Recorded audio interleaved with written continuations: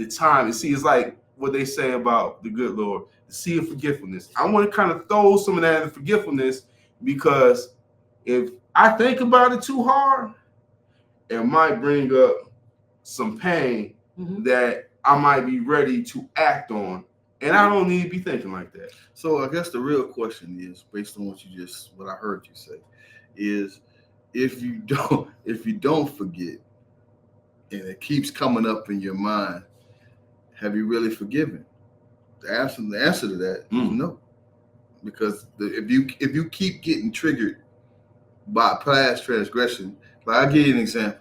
I've seen this happen. It's happened to me before. I'm sure this happened to a lot of men out there and some women. Y'all may not admit this, but y'all done this. A man that cheated on you 10 years ago, right? Allegedly. They cheated on you 10 years ago. You wait 10 years to cheat on him back. And then you take it all the way back to where you cheated on me 10 years ago. Y'all celebrating Christmas? As yo, so I gotta pay. I should get a pass. I ain't waiting that long. But no, I mean, this happens. I ain't waiting that long to get my get by.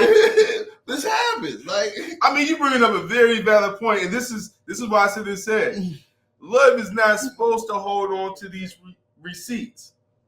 That's not what love is about, right? So, like Buddha said, if you truly forgiving someone, then you try to forget it. But what does it say? Because let's be honest, we two guys, we 2/3 of the podcast. Mm-hmm. Y'all human. Why y'all ninjas keep them receipts and try to bring them up as if they ain't got an expiration day on it? Because what happened is y'all be getting brand new. Y'all be getting ripped out the plastic at the brand new. Yeah. What? Okay. And y'all be forgetting. Y'all don't be humble about it. That's y'all really be. I don't know what to say about y'all men folk. Many of you men folk, but that's where a lot of that come from. But I'm fair. I'm foul. I am fair. Okay. Women do be doing the most. Oh yeah, they do. A lot of women really be doing the most because why? Go on with your life, lady. Go on, ma'am, and do something positive. Do something else with that energy because if the man don't want you, the man don't want you. Okay? And you put so much energy in the man that don't want you, you missing the opportunity with the man that do. So your friend zoned him. Yeah. So in the name of, not to cut you off, baby, yeah, go ahead, I appreciate it. In the name of forgiveness, right? The forgiving part was they took him back. Facts. That was the forgiving part. He did the crime. They decided to stay with him, but they gonna punish him. But hold on. Let me ask you. Allegedly, they ain't forgot. I'm not doing it. I'm not doing it. No, I ain't doing it. I ain't doing neither one of them. The ultimate goal is unconditional love, right?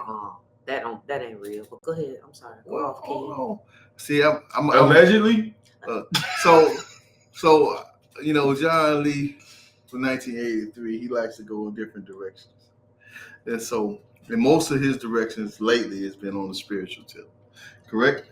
And so allegedly, and so let's talk about. I'm gonna talk about this thing because this is tying into forgiveness. I'm gonna tie it all together: forgiveness, unconditional love, right? So if you forgive somebody, because if you want to talk about the Creator, He must forgive us, correct? For all our transgressions that we've done from the past and what we're going to do. No less, that's what repentance is for. When you repent and you ask our Maker for forgiveness, He puts them in the sea of forgetfulness and gives us grace and mercy because He gave His only begotten Son so that we can have entrance into the kingdom because we were not worthy because our flesh keeps us bothered and hot, allegedly. So slow down. That was great, but slow down. Slow down. Hey, tell a friend to chime in. Yeah. Make sure y'all sharing. So I said all that because we're going to go back to the beginning, right? In the beginning, He said that us, man, was made in His image, correct? Beautiful. All right? And so as He forgive, Not you. You are made from my rib. as he forgives, right, and gives and shows us the unconditionality of the love that he gave on us. If you believe in it, because you got the first part, you believe in it. You got to believe in the unconditionality of his love. If we're striving to be as he is, shouldn't we be unconditionality in our love and forgiveness? But we gotta practice it. He gave us the tools. Some people, we read this, we know this. Everybody in America, living in America, everybody in America have a baseline understanding of what Christianity is. You had to, because we started out praying in school. We started out doing the great things, and the only time you got anything outside of Christianity is because your family brought that to you. Hold on. Our Father, which art in heaven. I pledge allegiance. I pledge allegiance to the flag of the United States of America, to the republic for which it stands, one nation, under God, indivisible, with liberty and justice for all. Okay, they took it. And they took it out of the school. Hey, you remember when they used to whoop your butt in school? How many killings you had allegedly in school when you had? I never got power. A lot of them. You had mass shootings when God was in school and you was getting your butt whooped? No, I didn't have no lot of mass shootings. That didn't happen. But I just want you to understand, as you trying to get close to godliness, that's what you're trying to do. If that's what you want to do, understand that this thing is called unconditional love, and you need to have it for your brothers and your sisters who do you wrong, and you need to move in this light if you so choose to believe in that type of way of living. Facts. So that's kind of how I tie that in: unconditional love, forgiveness, all in one. And that was beautiful, baby. You got some final thoughts? I don't think I'm supposed to go behind that. Yeah. Next topic, then. Let's get into it. Baby, you want to lead? Is love. If love is free, why is my heart in debt? Why love feels expensive when it should be free? Oh, did we talk about this a couple of weeks ago? Go for it. It ain't free. The debt is the act. The love without the verb of it, is it love? What is love? Baby, don't hurt me. I was singing it too. No more. Now, for real. Love is an emotion. To love is the verb. To love me is to show me. To love someone is to show them by a form of an action. And so with that, the action part of it all is where the debt begins to grow. Buddha? Well, I'm going to give credit. That was my short version. I'm going to give credit to Baby, because that episode, I took the latter of the two, and she kind of changed how I thought about it in that moment. Love, you got to pay a price. You have to pay the price. It's not always financial. It's an emotional taxing. It's a spiritual taxing.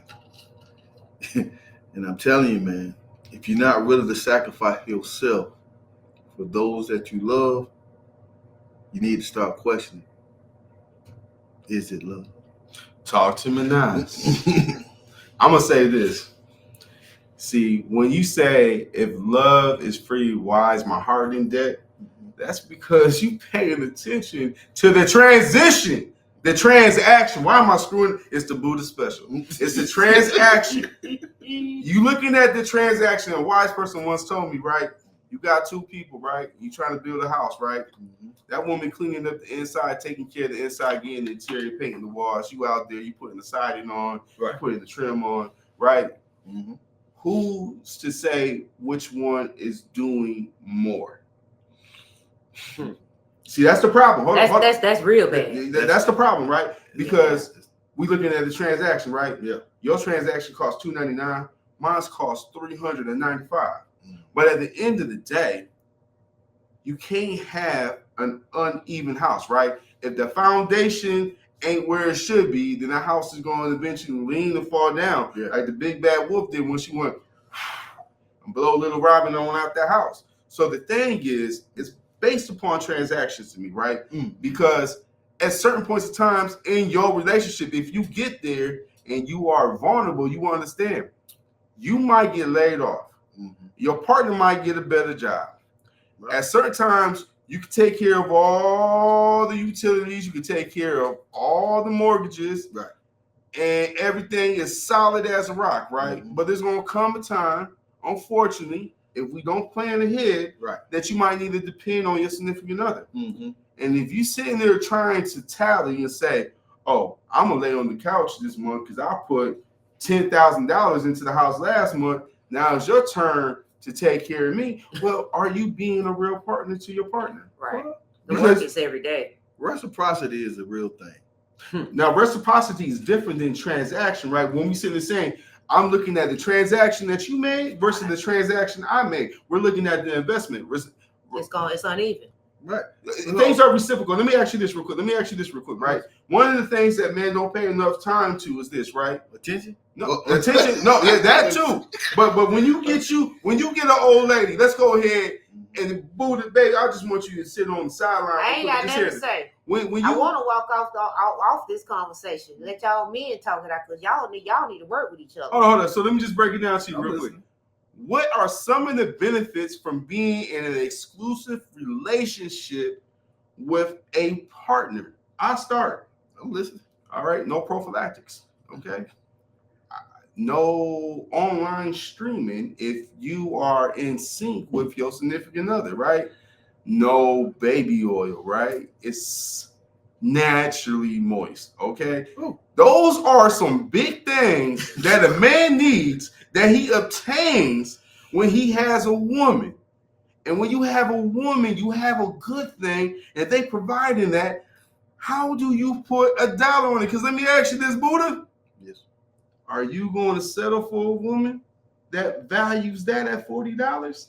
Or do you want something more intrinsic, something with higher value, something with a bigger return on the investment? Well, I'm a little more different than that, but I got you. I want your soul. You want to suck this? Oh, I'm sorry. You want to suck. I want your soul. I want your heart. I want things to be a safe space. Before I can really dig into who you is physically, I need to know you got to have my back. Now I can party with you. I can party with you for sure. We could do that. I could separate the emotional tether to my member to what I'm going to do upstairs in my mind. I could do that very, very well. But if you want the true essence of who Buddha is, you got to create that safe space for me. Yup. I got nothing. I can separate it all. Go right ahead now.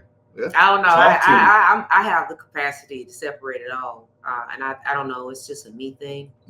I won't compare myself to the average woman because the average woman, she does desire companionship. Now hold on, let me just tell you, I do desire companionship. I said I can separate that. Decoded, that means that she's not always going to do it, but she has the ability. Listen, key words. All right, I just want to be paused. we is me. Will do not want to be alone, okay? But it's all about perspective too, because companionship could be getting your oil changed. Blink, blink. Okay. Companionship could be long term. Companionship could be short term. So whatever your companionship is all I'm saying. So I have the capacity to separate it all, and I do believe that love is essential, and love is love. Period.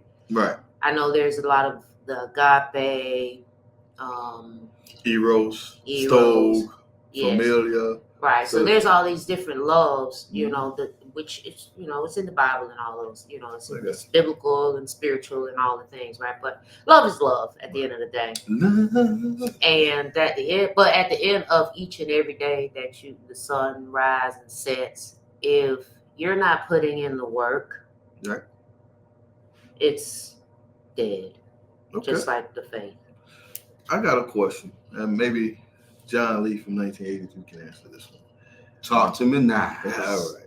So, how expensive these days is it to get a marriage certificate? It's not that expensive for a marriage license. So when I was married before. $100? I don't even think I was married before back in the late 90s. Not telling my age, but Chad, they know you old. Look at but they know you the old. It cost me like $82 then.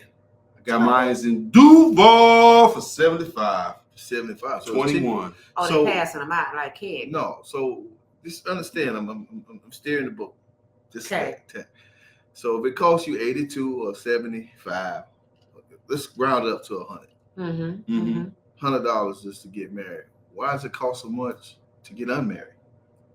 It costs you up to thousands. They want to make sure you for real. It really depends. At one point in time, to file for it, it costs $220, and then when you go to get a decree, it was $75. That's if it's non-contested, and then both of y'all agree to go your separate ways, and you guys don't have a lot of marital assets. But over time, right? Over time, it becomes a lot more expensive because you see, when you guys start to show patterns of depending upon each other, and y'all have children, and one person take this role and one person do that, then you got to start looking at the way of life and looking at, you know, just say you get a job, right? And say that job take you from double digits to triple digits, right? You gonna have to pay a little bit more because of a lot more work. Like you said, they let a Negro be rich, but they won't let you do that Jay-Z economic wealth. So if we look at it in a glass house, why in the hell am I paying more money when I don't want to be with somebody no more? They want to make sure you for real. for real, you gonna pay. Like listen, because the communication now. And then they saying, until you get this divorce, you can't marry no. Not for 45 or 60 days in most states. You can't marry. Don't ask me why I know all this information. I got ChatGPT going on in my Ray-Bans right now. It ain't that. My ChatGPT going in my Ray-Bans. Hey, Meta, exactly. I got you. But no, I mean, just really think about this. Like, you pay minimal just to get married, but it costs so much to get unmarried. Right. I mean, I don't know. So you got more. So when you got married, it was at the top. Not saying digging the ditch is bad. I'm not saying digging the ditch is bad, or and I don't really want to use that as a reference, but let's just say when you get married, it's like at the bottom of the surface, and as you each year you go, you add it to a pile of goodness, greatness, badness, and et cetera, right? So now, in order for us to divvy this up evenly, okay, you're gonna use up a lot more time that they could be having other court cases. So you're basically paying for the other court cases. I actually like how you just put that in perspective, because you got to look at it right there. We was just talking about transactions and debits, right? It don't become even Steven until you trying to find your way on out. And to further that, it's one of those things, right, where if you're going through it, this is what I would just recommend to anyone. Is first off, if you can get your significant other into therapy, and so that y'all can start unpacking the root of the problem, things might go a little bit better. But if you go in there, with your chest out and you showing your bird chest and you acting, like I ain't scared of nothing, well then, like you sit there and say, what? Bet straight up. And with that being said. Look. And with that being said, look. With that being said, we gotta go rapid fire. We over 60 minutes. Yeah, we wrapping it up. Listen, I want to get into this. I want us to just go ahead and speak on this because we got to get into our own little topics before we close the show. Oh, we is. But hold on, yeah, we got a couple corners to unpack. But listen, we're gonna make this because we had a great show thus far. But I wanted to go ahead and give this last segment a positive spin, right? It ran in my family until it ran into me. How trauma passes down unspokenly from generation to generation. Can you guys provide me one instance of where you have broken a generational curse amongst your family with you recognizing that it ran in the family until it ran into you? Baby? Not 100% because I don't want to say I was raised unethically because it was always about morals and values. But I think when it got to me, my mom was not in that small town anymore. She was actually in the big city. And so she had to evolve, and she did. So leaving me to be the big sister of the house, I don't know, I don't know. I don't really know what I missed. Well, I'll say this. Not having open conversations with my children versus, like instead of them saying, don't do it and just that's it. We had town hall meetings with my kids.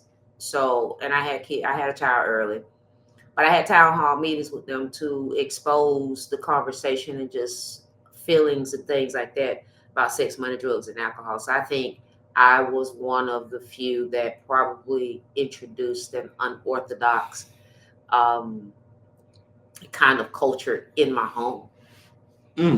Powerful. Booty got something? Talk to me nice. Well, I mean, this particular time, I don't. The traumas that happen in my family are still there. I haven't broken no cycle. I mean, that's something I just need to work on. And that's me being honest. And vulnerable. I appreciate I love that, you, bro. baby. Softball era. I appreciate that. I'm going to take this one because I thought about this one in depth. It ran in my family till it ran into me, meaning that communication is one of the hardest things for a black man to do, especially when you don't know how to talk brother to brother. You see, this is my sister right here. I'll call her for anything, and I'll talk her ear off. You see, that's my brother right there. He's dependable. He's reliable. He's always there for me. Tell me time you ain't been there for me. He's always there for me. I'm talking about, I'm going to take it back old school to our Orlando days. One time, I was just being my usual random self, and I forgot how, but I made it into that parking garage. And these two saints, what y'all had to do, y'all had to find me and rescue me, because I was somewhere on Orange Ave doing something with God know who, and I didn't know anything but to call on these two. And of course, if it's late night, Buddha gonna drive. He ain't gonna let his lady go out there by herself, correct? Correct. So they both came to my aid. I can walk and going to get their food from downtown. Yep. The point I make it is that I have a great relationship with these two of these people, but because of me and my disposition and not having strong relationships with men growing up, it's harder for me to have a true relationship with, men. Like, out of everyone in Orlando, is definitely Feek. What's up? I know you watched at some point in time, so that's your shout out. Everyone said that's my big twin, because we both bald and cocky, but he made me look like he's just a little tall. Yeah, he made me look just like a little tall. He made me look like dog, man. Like That's my Aries twin. Like one time we was out here at a function. It was Sundress and Shears, and I had a lady with me, and he got to dancing. I said, well, if you become his lady, I ain't stopping it. I just gotta move forward. The 100 men versus the gorilla. Oh, exactly. He's that. I tell you what, you want him with you. You want him with you. Yeah. So facts. So the point is, it ran in my family, so it ran into me. And one of the ways I came with a counter is that to my loved ones that I don't have a relationship with, what I have decided to implement and start doing is sending out letters. Because no matter where we at in life and no matter how we feel, man, it's something easier about just putting it on paper, sending it, and saying I love you. Get the hard part out and let that loved one know that you're thinking about them. You might not be ready to talk on the phone with them per se, but you can let your people know how you feel. And that's one of the things that I'm implementing in my life right now to stop with a lot of these divisions. Because the one thing that I've learned in society, it was always easier to be around a woman. I was nurtured from a woman. I drunk my mother's bosom coming out the womb. The attachment and the affinity for women is real. But because I didn't, and no knock to my dad, because dad, he was a great dad, but he was more so for the weekends and he was for the wisdom. But because as I became older in life, I was trying to stand up as if I had a leg to stand on and try to convict him for what I felt he fell short on, not realizing that some of the same things he done dealt with is the same things I had to deal with my children. So it ran in my family till it ran into me. One of the things I will encourage anyone watching this to think about is that it's not always easy talking to loved ones, but ain't nothing like sending that card, which is at that grocery store, Right. or you writing a letter, or even putting it in the chat GPT, printing it out, and just putting it inside the mail. Do something. You know what? You ain't even got to send it. Just write the letter at first, sit it in a shoebox like you used to do with your money back in the day when you was getting them jail sentences for them nickel bags. Yeah, I just stereotype my community, but don't judge me for it. Forgive me for it. Allegedly. That's just something to sit on, you guys, as we get ready to segue into our closing. So you guys ready? Yeah. Baby, you have the floor. Tell the people what you want.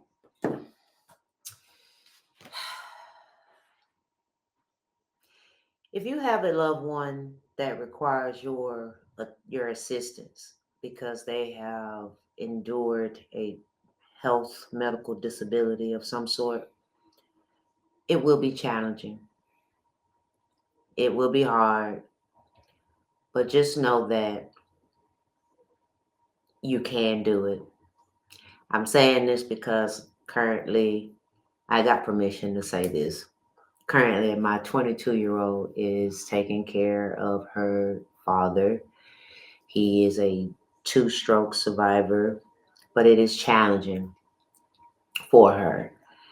But I see the effort that she is putting into doing the things. She don't even have children. So this is almost like her having a child. And I also want to give a special shout out to Buddha for allowing her to have this opportunity to be of servitude to her father. And I'm pretty sure if he could actually say those words, he may say something of similarity that, thank you. So we all thank Buddha. And I'm pretty sure her father is extremely proud that she's doing this. But men, take care of yourselves. Do the best you can with taking care of yourself now as a Black man, because far too often when you are not taking care of yourself, someone is left to take care of you, and it could be your 22-year-old daughter. Thank you. That's all. Buddha, talk to them nice. Oh well, two things. First of all, shout out to my cousin who has Down syndrome, Dion Smith. Today is his birthday. He turns 35. We're supposed to be in Fort Lauderdale. He just turned 35. So shouts out to you, big dog. If you see this, I love you. I always treated you like a brother. And then we had we had a passage from a comment from one of the watchers, Miss Martin. Seeking therapy, paying attention to my triggers, and not ignoring them to appease people. That was her acknowledging the things that she had to go through when she was talking about family, bringing the family stuff together. Absolutely. And what do you learn? What do you have on? And so with that, I got a lot of work to do. I'm gonna take those words to kind heart. I'm gonna definitely try to seek therapy and not comfort in women and other things. Seek the therapy, do the work, and much love. But to answer, baby, this was a great opportunity, as we talked about earlier today, to show unconditional love. I promised her father when I first became a part of their lives that I'm not here to take his place, but we're here for one common goal, is to make sure his daughter, who's now newly in my life, develops to be a great, loving person. And what does that look like? Yeah. It looks like what we're doing right now.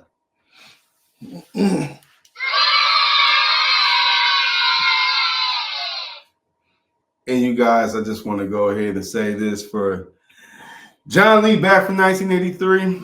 I watched an amazing movie. It was on Hulu. It's called Exhibiting Forgiveness. It's about a painter, a black painter, and he appears to have his ducks in order until it comes down to that one particular subject, his father. And this movie unpacked a lot for me, because not only was it about his relationship with his father, it was his father's relationship with him. So the grandfather. And there's a reason why I sit there and said it ran in my family until it ran into me.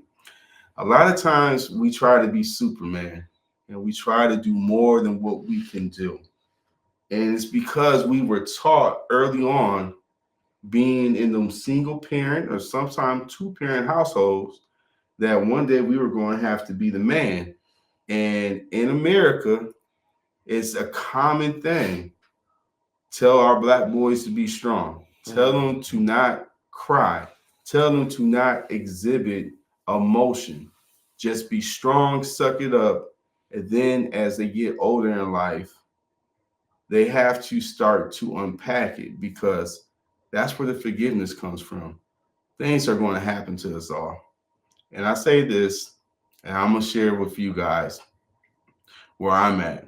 And being that I'm her father, I just want you guys to keep me in your prayers, because it goes without being said that a lot of people have known about my situation. A lot of people have chimed in on my situation.